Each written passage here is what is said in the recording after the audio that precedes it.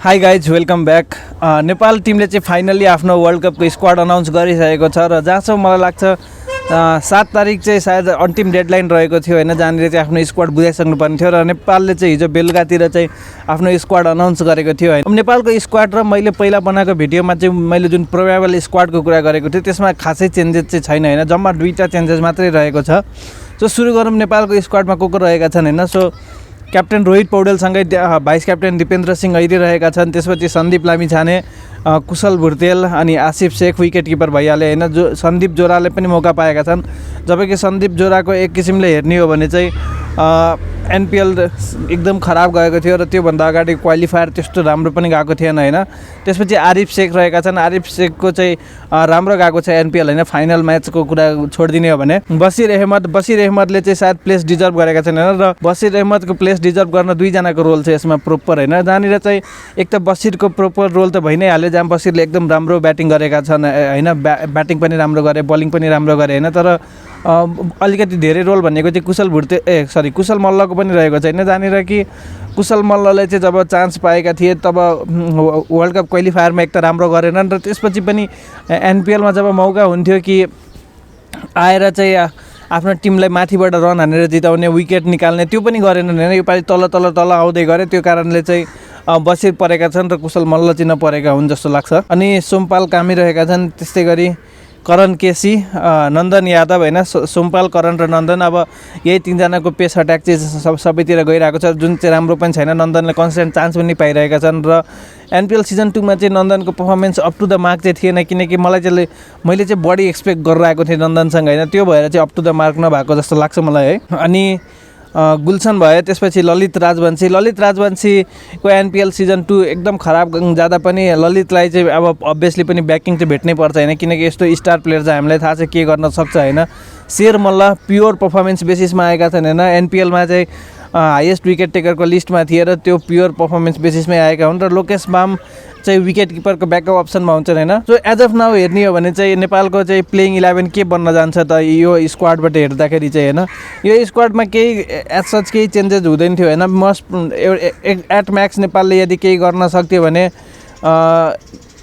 अविनाश बोहरालाई हाल्न सक्थ्यो, but Lalit राजवंशीलाई drop गर्नुपर्थ्यो अविनाश बोहरालाई हाल्नको लागि। र India being the spin friendly condition होइन, जहाँनिर वाङखेडेमा पनि स्पिन फ्रेन्डली कन्डिसन हुन्छ, सो एउटा एक्स्ट्रा स्पिनर लिएर जानु इज गुड मुभ होइन। अब यहाँनिर चाहिँ मैले एउटा प्लेइङ 11 बनाएको छु, जहाँनिर चाहिँ मैले ट्राई गरेको छु सोमपाल, करण र नन्दन 3टै खेलाउनलाई होइन। तर मोस्ट प्रोबेबली 3टै खेलाउनु चाहिँ पर्दैन होला होइन, 2टा मात्रै खेलायो भने चाहिँ एउटा एक्स्ट्रा ब्याटर लिएर जान सकिन्छ होइन।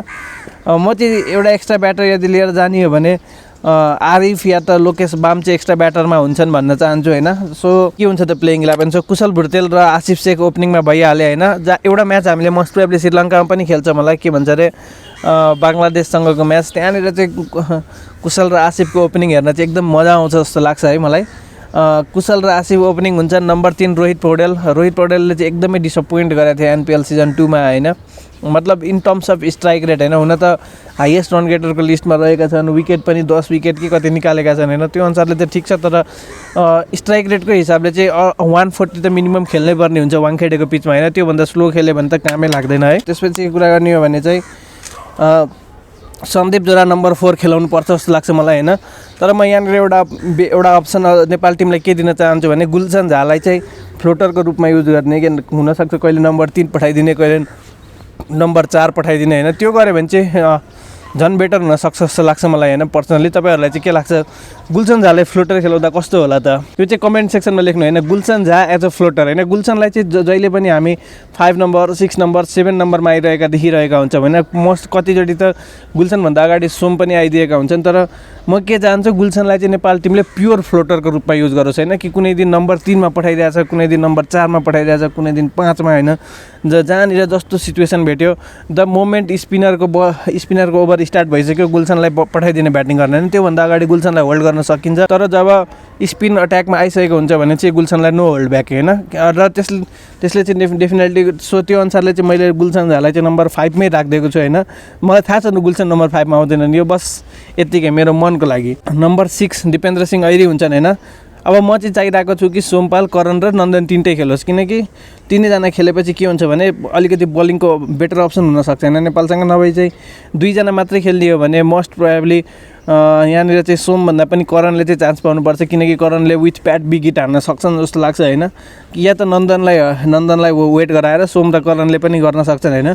सो मैले चाहिँ एज अफ नाउ तिनटैलाई फिट गरेको छु होइन। त्यो अनुसार हेर्ने हो भने नम्बर 7मा सोमपाल कामी हुन्छन् होइन, नम्बर 8मा करण केसी हुन्छन्। सोमले पनि ब्याट गर्न सक्छन् र करणले पनि लङ हिट हान्न सक्छन् होइन। सो दुइटै भइहाल्यो। 9मा नन्दन यादवले पनि मौका पाइरहेको बेलामा त राम्रो विथ ब्याट गरेर देखाइरहेका छन् होइन। 6 हिटिङ पनि हानिरहेका हुन्छन्। नम्बर 10 सन्दीप लामिछाने र नम्बर 11 ललित राजवंशी। र म चाहन्छु कि यहाँनिर नेपालले जब स्पिन बलिङको अप्सन युज गर्छ होइन, दिपेन्द्र सिंह ऐरी त्यति इफेक्टिभ हुन्छन् जस्तो चाहिँ लाग्दैन नेपालको के भन्छ अरे वाङखेडेको पिचमा चाहिँ दिपेन्द्र सिंह ऐरी त्यस्तो इफेक्टिभ हुँदैनन्। मोस्ट प्रोबेबली धेरै रन खान्छन् होला दिपेन्द्र सिंह ऐरीले भयो, त्यसपछि रोहित पौडेलले भयो, उनीहरूले धेरै रन खान्छन् होइन।